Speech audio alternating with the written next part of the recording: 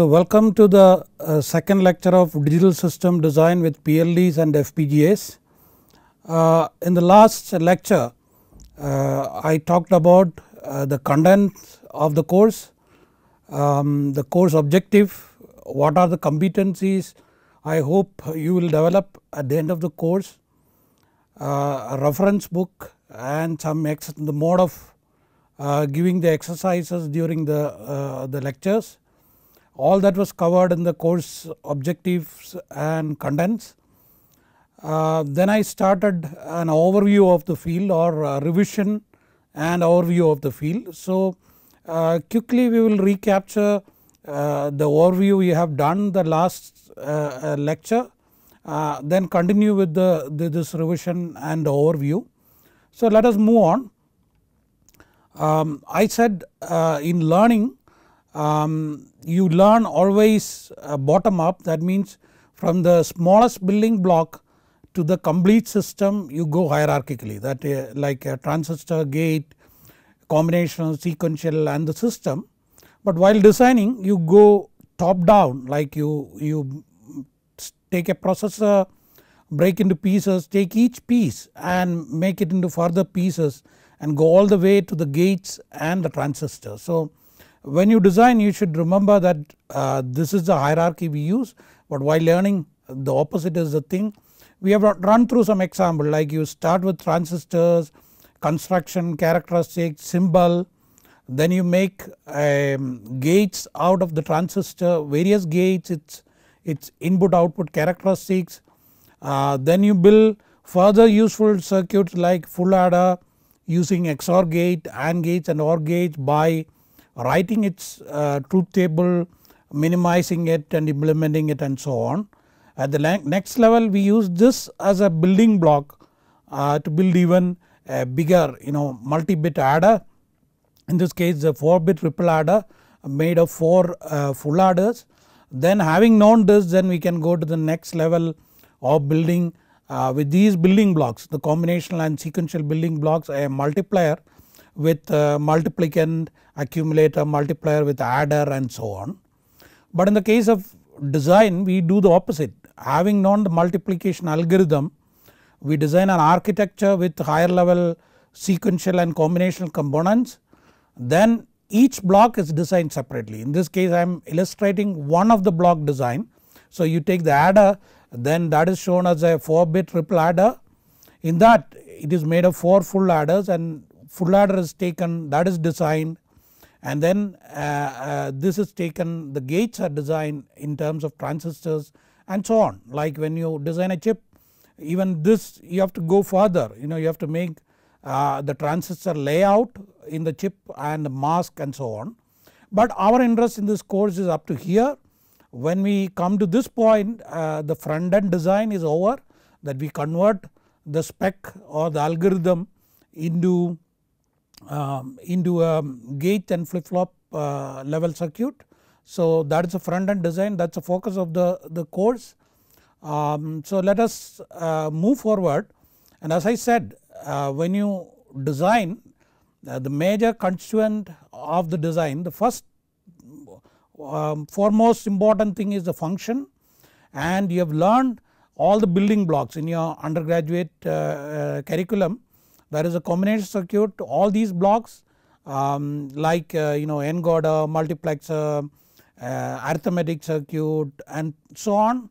Then comes to flip flops. So, you have flip flops, registers, memory, all these need to be thoroughly learned. What is the architecture of this, what is the function of that, what is the input output characteristics and so on. This should be thorough so that we can build higher level system using these blocks. And I talked briefly about the minimization. So, you would have learned most of the time this graphical tool called Karnaugh maps. The computer algorithm equivalent to that is a Quine-McCluskey, which is very complex because it starts with the min term. So, there are faster methods like espresso, which is heuristic, which does not necessarily produce a minimal solution, but very near minimal solution, but the computation time is very negligible or compared to the Quine-McCluskey. So, This is what is used in real life. Synthesis tools use this minimization algorithm. Moreover, mostly you are used to kind of 2-level implementation, but again in real life circuits we will have multi-level multiple stages of combination circuits, and there could be multiple outputs. So when you minimize a multiple output scenario, you have to find the common sub expression among the outputs to be able to share the resources. So that is one step in multi-level multi output minimization. So these are the kind of steps which helps us in multi-level multi output minimization, like factoring, substitution, flattening. But as I said, this is not our focus. Those who are interested can look at the latest minimization algorithm in digital synthesis. So let us move on, and this is where we have kind of stopped last time. So I would like you to make a little differentiation between the gates and the function. Okay. So you take an AND gate, depending on the active levels of the signal it can do other functions. So take this truth table and assume that A, B, that the inputs and the output are active high. So you look at it, that means that when both the inputs are active, output is active, otherwise output is not active. So it means, or if you want to the conventional terminology, if both inputs are true, then the output is true. So the AND gate, when all the signals are active high, implements an AND function. But look at this same truth table and assume that we are treating A, B, Y as active low. That means you look at the truth table, when any one of the input is active, the output is active. That means when we treat the inputs and outputs are active low, the AND gate implements an OR function. So that is what is shown here, the same AND gate, but the function is OR and the bubble indicates an active level. So in essence, AND gate can implement AND function or OR function, and for a clever student you can easily make out this is exactly bringing the De Morgan's theorem into our concept. So here it is Y is A and B. So if you take the Y bar, so I use slash for the bar because it is easy to type in text. Y bar is nothing but AB bar, which is nothing but A bar or B bar. So essentially what we are doing is bringing this De Morgan theorem into our conceptual level, so that when you work out simple circuit it is very easy that you do not waste gates. So let us take another example. Let us go and look at the NAND gate. So AND gate can do AND and OR function depending on the active level of the inputs and the outputs. So let us take the NAND gate, and you look at this, we will treat the inputs are active high and the output as active low. Then you see when both the inputs are active, the output is active, or when both the inputs are true, the output is true. That means it is implementing an AND function. And look at the opposite, like when we treat the inputs are active low, A and B as active low and Y as active, then you look, if any one of the input is active, the output is active, otherwise it is not active. So this implements an OR function. So that is shown as that OR symbol with the bubbles for the active low input. So when you see this symbol, it is essentially doing an OR function of the active low A and B, but essentially the gate involved is a NAND gate. Okay, that is the idea. NAND gate has one more property, so that let us move to the next slide. So look at this, when both the inputs are active low, output is active high, or when both the inputs are false, the output is true. When both the inputs are true, the output is false.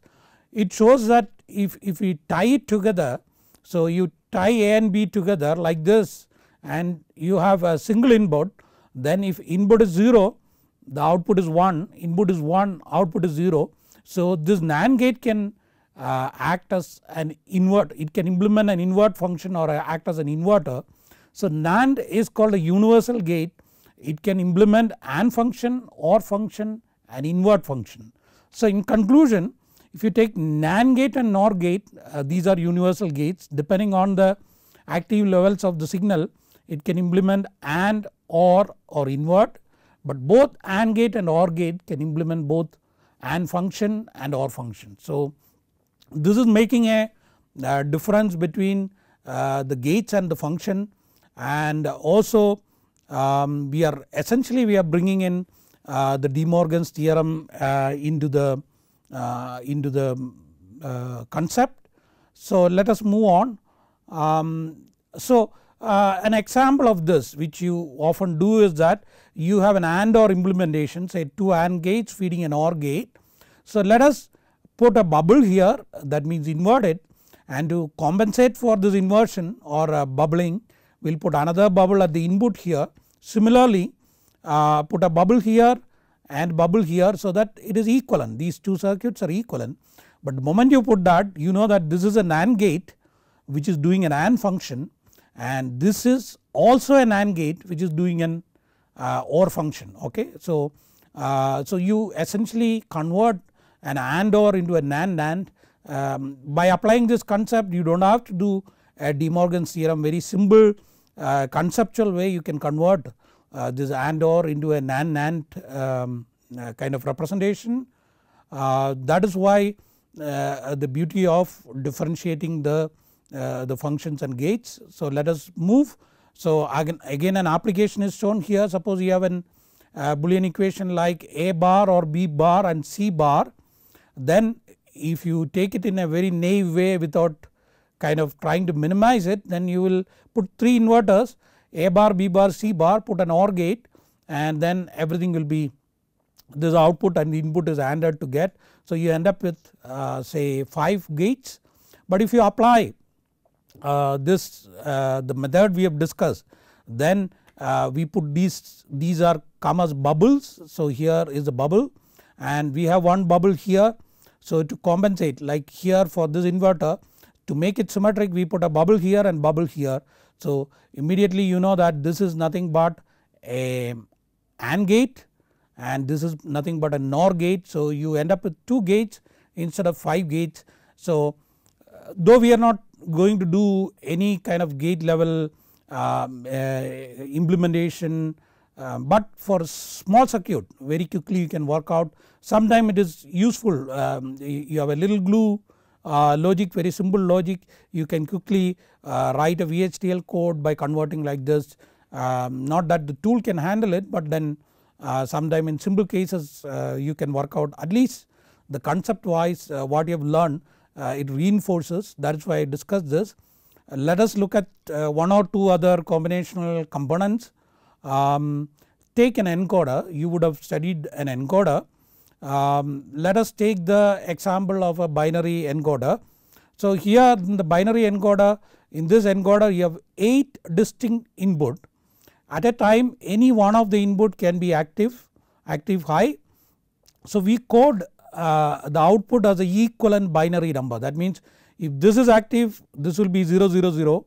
If I1 is active, 0 0 1, I7 is active, 1 1 1, like that. So it is an 8 input to 3 output, 3 binary output encoder, and you can imagine that the internal circuit is nothing but OR gate. Suppose I7 is 1, then there will be 3 OR gates and the I7 will go to the input of all OR gates, so that you get a 1 1. So encoder essentially uses an OR gate, and when your priority, suppose there is a situation that more than one of this can be active at any time, then we have to kind of give priority to one of them, because we assume that only one could be active at any time. In that case there will be AND gates of coming here the top, so that when the I0 is active it should mask the I1 out. So there will be the invert of I0 will be going to mask it, the I1, and when it comes to I2, invert of I0 and I1 will be going and masking the I2 and so on. So the last gate will have a huge AND gate with which mask with all the the complement of all these inputs. You have studied priority encoder. So this is what is encoder about, and one property of the encoder is that the number of bits in output will be less than the number of bits in input. So this is what is encoder, and basically it is nothing but the OR gate equal to the number of outputs. In case of simple encoder, let us look at the decoder. I am showing an example of a binary decoder. So here we have 3 binary inputs, that means it can go from 0 0 0 to 1 1 1 1. So that means 0 to 7, and we have distinct 8 outputs. Suppose the number here is 101, then O5 will be active. So if the number is 5, 5th output will be active. Okay. So this basically uses AND gate, that means we will put an AND gate. Suppose the number is 101 here, put an AND gate here, this one goes directly, one goes directly, this goes through an inverter or a bubble to the AND gate. So for 5 only this AND gate is active, and that goes to O5. So you can imagine there will be 8 AND gates with 3 inputs each with the decoding all the min terms. So that is a decoder. In a general decoder, the number of bits in the input will be less than the number of bits in the output. So normally in digital design, in high level design, we will be using, there will be need to use the decoders, may not be much of encoder, but we will be definitely using more decoders than encoder, but depending on the need there could be use of encoders also. So let us move on. This is one case, the tri-state gate, which is cause often quite a lot of confusion. So this shows a tri-state inverter. So where it is like a normal inverter when this enable is high. So if enable is high, then A is 1, Y is 0, A is 0, Y is 1, but when enable is 0, then we say Y is tri-stated, and most people do not know what is, or we say high impedance, and it is indicated by the symbol Z. So to understand what is high impedance, and if I ask a student what is a high impedance, many people are not very clear. So let us look at the implementation of this tri-state inverter. So it is like a usual normal inverter, like PMOS on top and NMOS on at the bottom, but in between you can see one more NMOS and one more PMOS is introduced. When enable is active, this transistor and this transistor will be on, so that when A is 1, this path is active pulling the Y to 0. When A is 0, this path is active pulling the Y to the VDD, making it 1. Okay. So what happens if this enable is off? In an inverter case, either this path is active or this path is active, but when enable is active, you can see that this is cut off and this is cut off. So this particular point, this output has a very high impedance path to the VDD or ground. That means you can say if the resistances are equal, maybe as a 10 meg to here, 10 meg to here, and if the supply is a 5 volt, then this will be floating at 2.5 volt. Any coupling, any small signal coupling can pull it to the 1 or 0. That is why this is called high impedance, and this is used for multiplexing and busing and all that. Let us see the scenario here. So here I show say multiple tri-state inverters are tied together to form a bus. The idea is that only at any time only one of the output drives this output, so all others will be cut off, and if both are two, any more than any one of them is on, then there will be a clash here. That means it can be 1, and if this is 0, then there is a problem. So 1 is active like that and the 0, so there will be a short circuit from the VDD to the ground. So that should be avoided, but there is a problem. If all are cut off, then this input will be, this output will be kind of in between, and if this bus is connected to some inputs, then this will be floating, and any small noise can make it switch go up and down, and there will be lot of power wastage in this. Maybe in the circuit design this is taken care, this is ignored when everything is cut off, but still there will be lot of power dissipation due to switching. So when you tri-state a bus, normally either you pull it up or pull it down through a high resistance, so that when everything is cut off it is safely kind of 1 or 0, a weak 1 or 0 is there. So either you pull it up to VDD through a high resistance, or pull it down to the ground using a high resistance. So that is about the tri-state gate. So please remember this, tri-state gate has 3 state at the output, one is 0, then the next one is 1, and the high impedance means the output is floating, and if you are driving any input it should be pulled up or pulled down, and it is a very bad strategy to keep any output at high impedance to mean inactive state. Many a times students write VHDL code, if enable is, if some condition is not met the output is tri-stated. It's a dangerous thing to do if you are not sure what you are doing. That means that output will be in between some state, and that is driving some input, and it can produce incorrect logic levels at the output of those circuits which it is driving. So you have to treat tri-state gate. Tri-state gate should be used only when you are multiplexing or you are busing, otherwise it should not be used. It is not an inactive state like 0 or something like that. So just like that you should not put Z in coding when you are coding the digital circuit. So let us move on to the next combination circuit. You would have learned that is multiplexer. So the multiplexer, you know that multiplexes the input. So in this case I am showing a 4 to 1 multiplexer. So 4 to 1 multiplexer will have a 2-bit select line.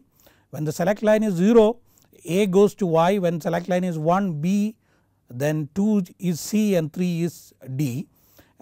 This can be like 1 bit or multiple bits, it does not matter, and you know that internally it is nothing but AND OR gates, and the select line will enable particular AND gate. So in the case of 4 to 1 mux I have written here, for 1 bit case there are 4 AND gates corresponding to 4 inputs, and each AND gate has this particular 1 bit input, and the select line going to enable this min-term decoding of the select line. Like here the select 1 and select 0 will go with a bubble, here select 1 and select 0 will go directly, so that when it is 1 1 this path is selected, and there is an OR gate here which combines the output of all the 4 AND gates.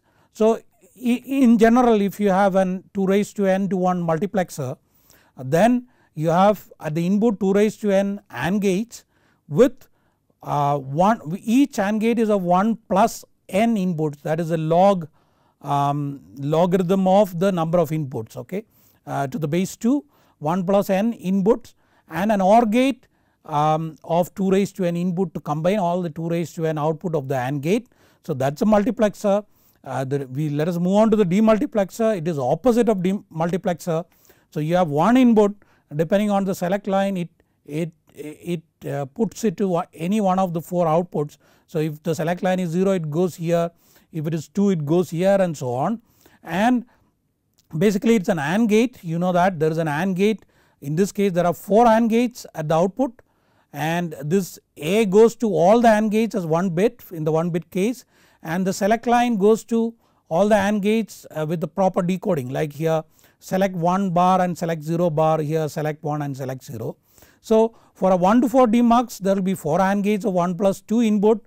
For 1 to 2 raised to n 1 demux you have 2 raised to n AND gates, each AND gate has 1 plus n inputs, so that should be kept in mind. So a multiplexer is AND OR gates, and the demultiplexer is nothing but the AND gates. So and this is one picture that you see in a textbook Normally the application of the multiplexer and demultiplexer is shown like that. There is a 4:1 multiplexer which multiplexes with the select line, and at the other end it is demultiplexed with the same kind of select line. Okay. So it is a textbook conceptual picture, and many times some kind of a rotary kind of arrangement is shown, but in real life, in real system, this need not be very symmetric. That means symmetric, I mean that at one end it may be 4:1 multiplexer, at the other end it may be 1:3 demultiplexer. Second thing is that it need not be ordered, like it is not that A goes to A, it need not be like that. Maybe A and B will go to B here and C go to A and so on. It need not be very much ordered. And the bus thing, you can go and see some serious digital logic design, you will not see any symbol of a demultiplexer. Okay.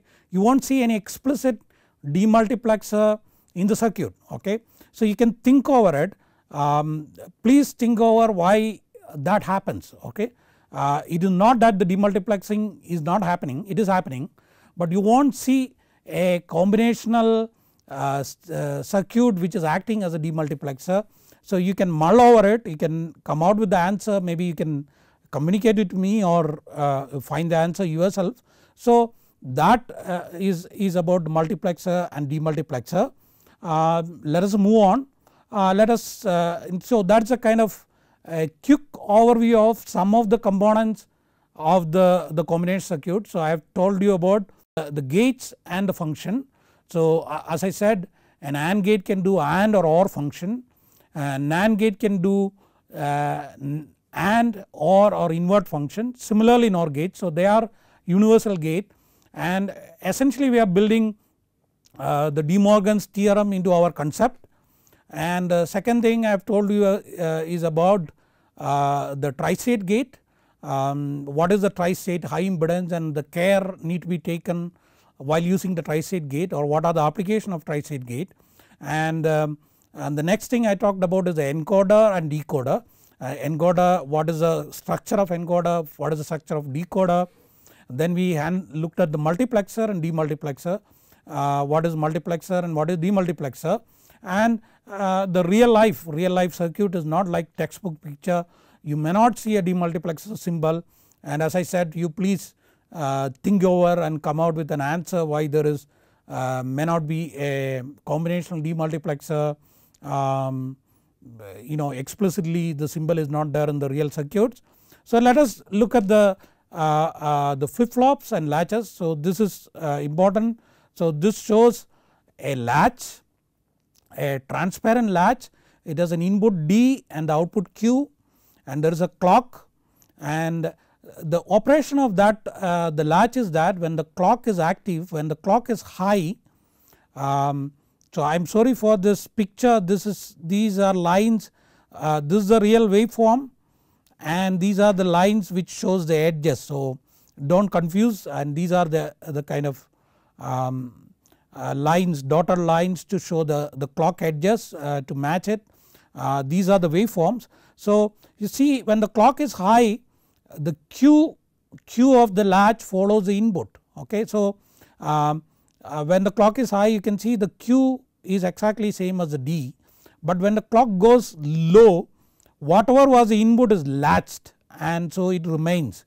So you can see here in the QL, next time when the clock comes, that clock goes active, it again produces the D, but when the clock goes low here, it remembers the last state till the clock becomes active. So it remains 1, though the input has gone low here, it remembers whatever is during this period, and then it samples and it allows the input to come to the output. And when the clock is active, you can see that before the clock is active it is going high, but that does not come to the output. When clock goes high, then you get the output, and when clock goes low it is latched. Okay. So that is the behavior of latch. When the clock is high it is transparent, clock goes low it remembers till the next active clock comes. But in the case of flip flop, this is edge triggered, that means whenever a clock edge comes, whatever is the input is transferred to the output with some timing constraints which we will see later. So here you can see the behavior of it, and this triangle represents the edge triggering action. So this is a positive edge triggered flip flop. So you can see that when the positive edge comes, and this is the flip flop output, the input is same. So when the positive edge comes, the input is 0, so the output is 0, and it remembers till the next clock edge. So here also the input is 0, the output is 0, the next clock edge input is 0, the output is 0, and here you can see that input is going high but is not reflected, but when the clock edge, active clock edge comes, that is transferred to the output and it remembers, okay, till the next clock edge. Though it has gone low, it retains till the next active clock edge, and the next active clock edge it captures the 0 and it becomes 0. So in the case of the flip flop, you get output in synchronous with the clock edge. You can see the 1 is going high, the output is going high at this clock edge and it remains there till the clock edge.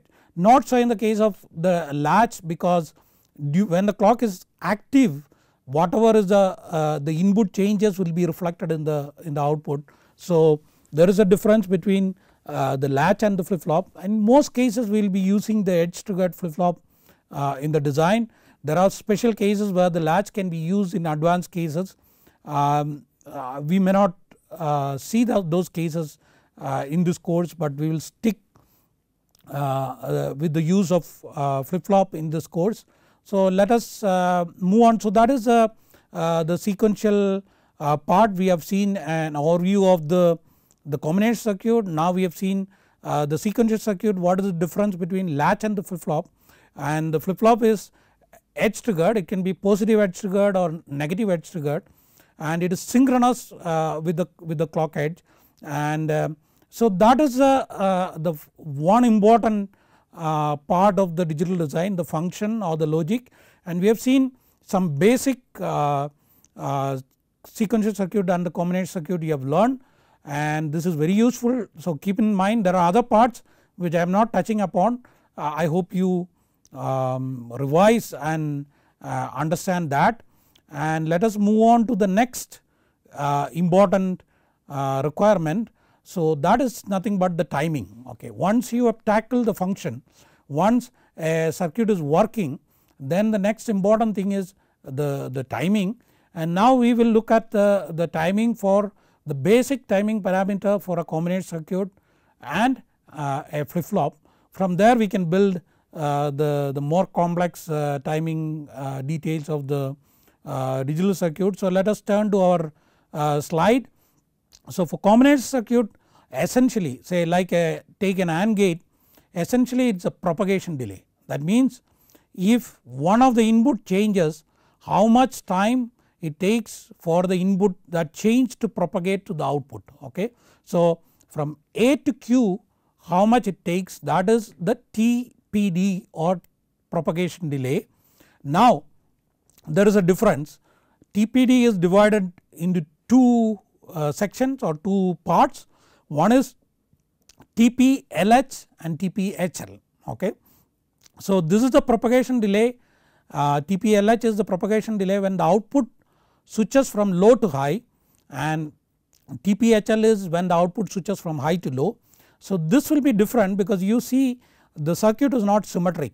A CMOS circuit is made of PMOS and the NMOS circuit, and depending on the input signal, maybe PMOS is on, maybe the NMOS is on. You can see here the NMOS is in series, PMOS is in parallel, and so depending on how the output switches, whether it is going from low to high or high to low, some part of the circuit is switched and some NMOS is involved, some PMOS is involved.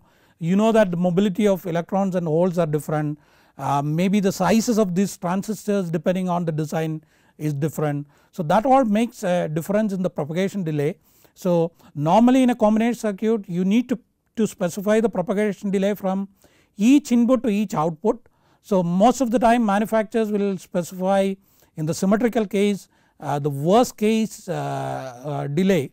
That means from if you have 10 inputs to 10 outputs, that they will specify what is the worst case input to output delay which is TPLH and TPHL, but if there is a large variation it is worthwhile to specify the slowest input and the fastest input, so that we can maybe take that into account and come out with some clever design to take advantage of it. So let us move on to the flip flop. So in the case of edge triggered flip flop, there are some important timing parameters. So here it is not that when the clock comes whatever is at the input is immediately transferred to the output. When the clock comes, first thing to notice is that for the input here, when the clock comes the input is 1, for the output to become 1 it takes some time, that is called TCO, or the propagation delay for input to appear at the output from active clock edge. Okay. So that is called TCO, clock to output, or sometime it is called TCQ, which is clock to Q. That means not that the data is going from the clock to Q, but the enabling path is from the clock. So that is why it is called clock to Q. The input goes to the Q, but for this to happen, for the input to come to the output, the input itself should meet some timing requirement with respect to the clock edge. Okay. So that means if the input has to go to the output when the clock comes, the input has to be there at this point some time before the clock edge. That means that time is called setup time.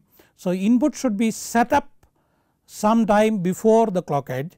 Not only that, after the clock edge it should remain there for some time, then only properly the input will be transferred to the output. If this is not met, we cannot guarantee what is the state of the output. It could become 1 or it could become 0. In the worst case it can even get stuck in between, okay, which probably you would not have studied. Again in this course I do not have time to deal with the concept related to that, but I will at least tell you how to handle that such situation. We will study in synchronization how to handle it this scenario, but essentially in flip flop there is a setup time. That means the input has to come sometime before the clock, it has to remain there sometime after the clock, that is called hold time. You hold the input after the clock edge for some time, and if that is met with a TC or TCQ delay, the output appears at the the input appears at the output with that delay, and this is the basic timing parameter of a flip flop.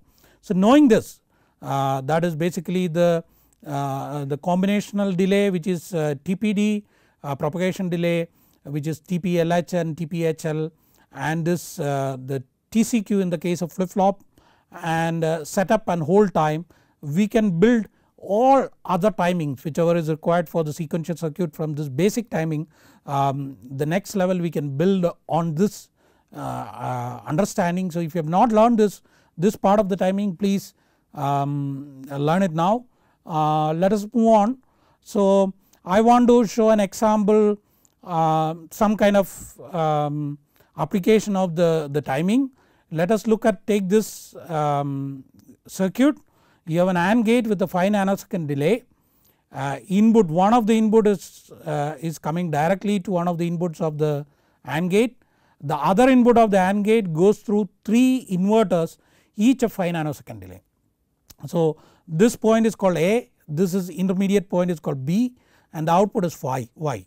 So assume that the A is changing at 50 nanosecond from 0 to 1, okay. Before that we assume it is 1.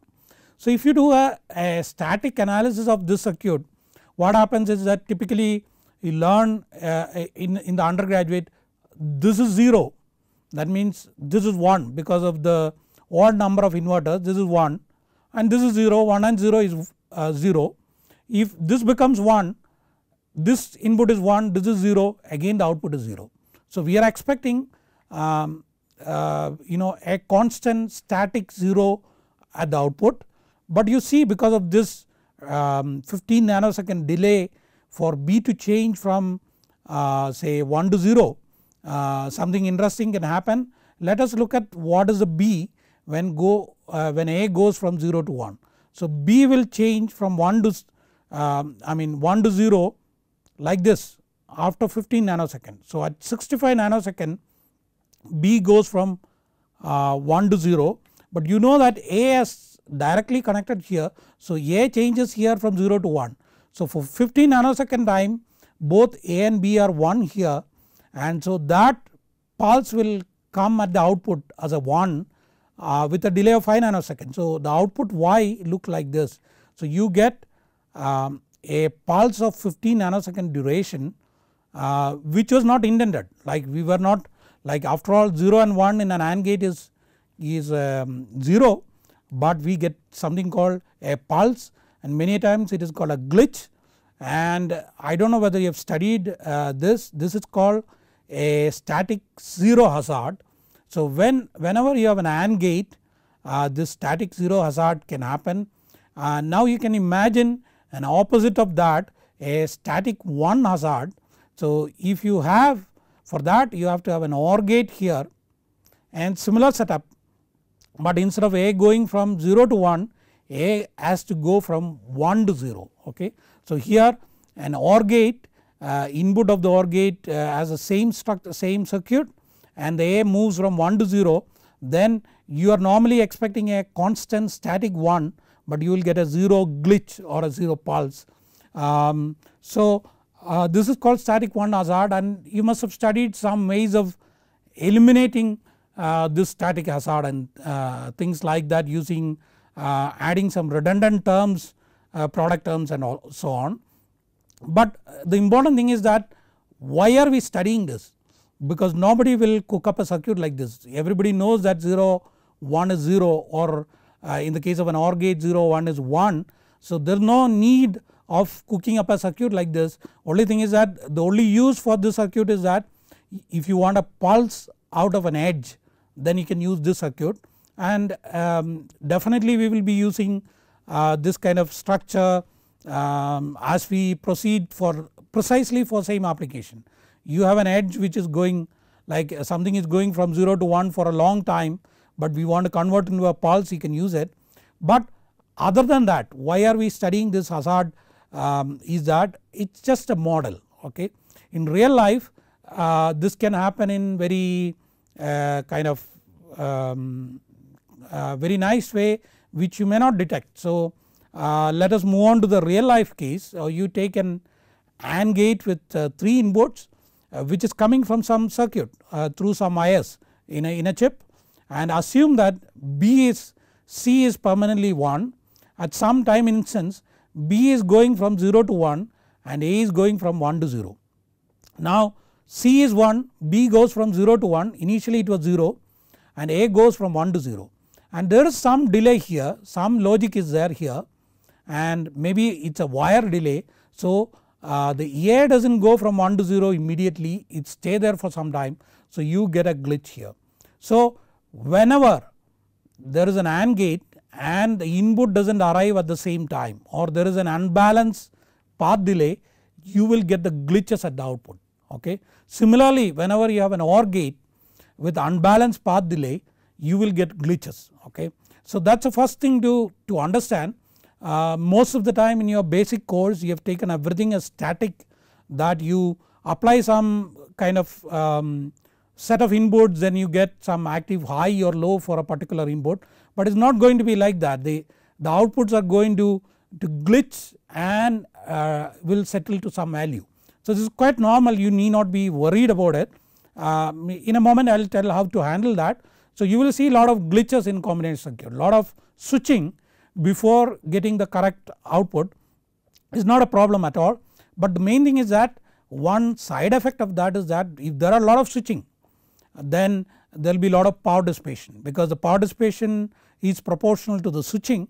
So if there is unnecessary switching, so if it will be good from a power dissipation point of view, if we can balance the delay, then the power dissipation in this gate will be less.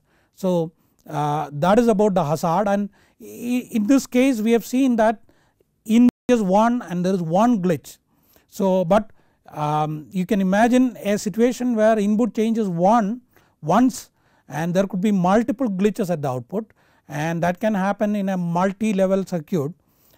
Say take the case of an AND gate with a static hazard case which gives a 0 1 0 glitch, but you see there is an OR gate following which gets this 1 to 0 transition before the 0 1 0. So I am showing A here, this particular X is not marked, I am sorry. So this is X is shown here, so the Y is shown here, this glitch, but you know that this 1 to 0 comes before that, and both combined you will get a 1 0 1 0 2 glitches at the output. Okay. So it is supposed to transit from 1 to 0, but it goes to 0, then goes to 1, and then goes to 0. But it is quite normal in the case of combination circuit, and you can imagine if there is this is followed with another level of the circuit, it might glitch 3 times depending on the logic. So that should be kept in mind, but normally in sequential circuit what we do is that we will have a flip flop here. When everything settles, we will give enough time for all these things to settle, then we will latch the correct output to that flip flop. So in a sequential circuit we are not worried about the glitches, only thing is that when you simulate circuit you will see lot of glitches, you need not worry, this is quite normal. So that is about the hazard. So let us move on. So that is the second factor we have talked about. After the functional aspect, I have talked about the timing, and the delay parameter for the combination circuit is propagation delay, and there are 2 parts, one is TP-LH and TP-HL. That means the propagation delay when the output switches from high to low or output switches from low to high, because the circuit is not symmetric, not all the transistors are switching at the same time, and some are PMOS, some are NMOS. So this makes a difference when a particular output switches from low to high, and depending on the number of inputs, from each input to each output the delays will be different, but the manufacturers often specify the worst case delays, or if there is variation it can be a large variation, the fastest and the slowest can be specified. We have seen the timing parameters of a flip flop, the setup time, hold time, the input has to set up sometime before the clock edge, input has to be there for some time after the clock edge, and if that happens with a propagation delay TCO, the output appears, the input appears at the output properly. If it does not happen, then the output is not, we cannot say what will be the output, it could be 0, it could be 1, it could get stuck in between. Then we have seen hazard, static 1 hazard, static 0 hazard. It is useful because in real life, because of the unbalanced path delay, AND gate and OR gate can produce glitches which is normal, and it can be dynamic hazard, multiple glitches, but normally we put in sequential circuit a flip flop at the output. When everything, we give enough time, when everything settles, the settle value is latched onto the flip flop. So the next we will move on, the next important constituent is the electrical characteristics, okay, and these are the voltages, currents and the power dissipation. And again in your basic course you have studied these voltage levels VOH, VOL, IOH and IOL. VOH is the output voltage when the output is high, VOL is the output voltage when the output is low, IOH is the output current which is flowing out when the output is high, IOL is the output current which is flowing inside when the output is 0. So that is the output voltages or output voltages and currents. Input voltage is VIH, that is the voltage which the circuit considered as a high voltage or a 1. Similarly this is the VIL is the voltage which is considered as a 0. IIH is the input current flowing in when the input is high, and IIL is the input current which is flowing out when the input is low, and things like that. To understand, we should look at the output stage of any gate. All the gates output stage will look like this. There will be a PMOS transistor here and an NMOS transistor here. Any one of them will be on. If the output is 1, this PMOS is on. and NMOS is off, output is 0, the NMOS is on and the PMOS is off. Okay. So when the output is high, this IOH current flows and charge the output capacitance. Output capacitance means all the capacitance. If there are a lot of inputs connected, everything lumped together as a lump capacitance it is showing. Similarly IOL is when the output is 0, this capacitor discharge through this particular transistor. Now you can see that if the VOH is nothing but the VDD minus the IOH into the on resistance of this transistor. So it is VOH is nothing but VDD minus IOH and R on. So as the current increases, this comes down. So if the current is increasing because of the dissipation across this transistor increases, the voltage here goes down. So but then you know that there is a danger that it should not go below some voltage, because then if an input is connected here, it should recognize it as high voltage. So there is a limit below which it should not go. So the manufacturers will make sure that at the maximum current specified, they will say that it will not go below a particular minimum value, so that the inputs can recognize it as high. So opposite case is when the output is low, the VOL is nothing but the IOL into the R on resistance of this transistor. So VOL is IOL into R on. Now you know that if the IOL goes up, the VOL goes up. So when the IOL is going up, the VOL will move up. Again it is important that this should not exceed the limit, maximum limit of the VIL. So the manufacturer says for the maximum current specified, it does not exceed some fixed value. Not only that, it is not that there has to be some gap between the VOL max and the VIL max, some gap between the VOH min and the VIH min, so that some noise come that does not corrupt the logic operation. So there has to be some margin between this VOH min and VIH min, that is called noise margin. So let us look at this. So this is noise margin. When an output drives an input, the manufacturer specify at the maximum IOH what is the minimum output voltage, and manufacturers make sure that the VIH min, that means the minimum voltage which is recognized as high or the one is below the VOH min, and that is called NMH or the noise margin. This accommodates some noise voltage, so that if a noise couples here, it does not corrupt the logic operation. Similarly the VOL max has to be less than the VIL max, and the difference is called the noise margin. The next thing important to know is what is the fan out. Fan out is nothing but the number of inputs a particular output can drive, so that is fan out. So how do we find out, because here we have IOH and IOL. So that means when the output is high, this IOH is supplying the IOH of many inputs. Okay. So similarly this IOL is supplying the many IOL. So basically to find out the number of the input a particular output can support, we have to find the ratio of IOH to IIH and IOL to IAL and find the minimum value that will give us the fan out.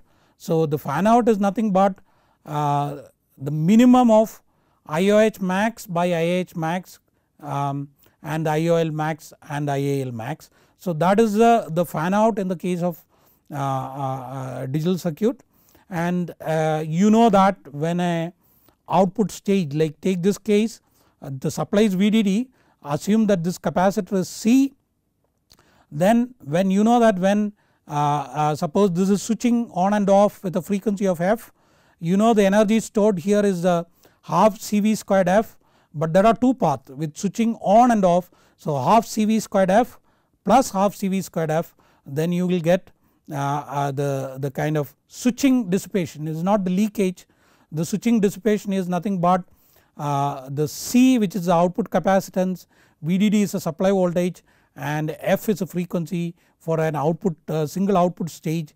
Power dissipation is proportional to the capacitance, all the capacitance lumped together, the power supply voltage and the frequency.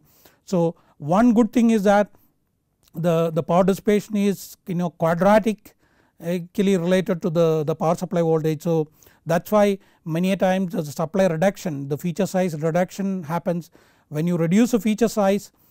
You make transistors small, this capacitance becomes small, so the power dissipation reduces. Similarly, since the transistors become small, the supply can be reduced, and if supply is reduced from 5 volt to 2.5 volt, there is a 4 times reduction in the power supply.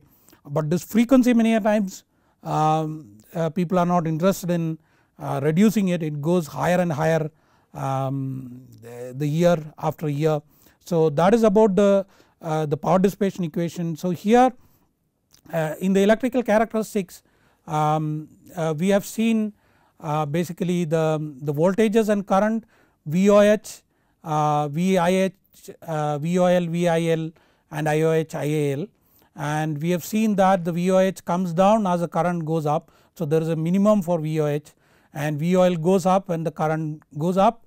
So there is a max for VOL, and there has to be a margin between VOH min and VIH min, VOL max and VIL max, that is called noise margin.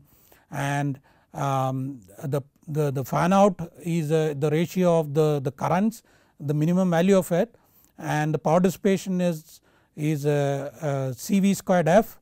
So the power dissipation is proportional to capacitance. That is why the transistors are made small.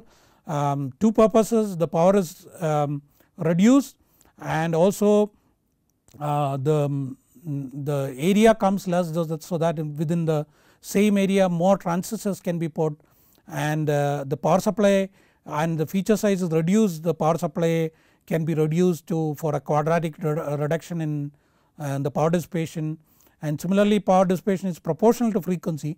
Many times you are not able to reduce the frequency because the computation requirement are high, but you can see that nowadays the devices, your mobile phones or the laptops or even the desktop, when it is not operational, the frequency of the CPU is scaled down. That means if it is idle, the frequency of the CPU core is reduced, so that the power dissipation is reduced. So these are the three main constituents of at least the important constituents which cannot be ignored at all, that is the function, the timing and electrical characteristics. And if you look at any data sheet, you must have seen some symbol gates like 74000. I do not know whether it is used now, but if you look at it, the first thing is a function in the data sheet. So you have the truth table of the gate followed with all the timing parameters like TPLH, TPHL, followed with all the electrical characteristics. And you take the case of a processor, all this will be specified, that function, the timing and the electrical characteristics. Only thing is that in the case of complex circuit this will be quite a lot of spec, and many a times nowadays separate data sheets are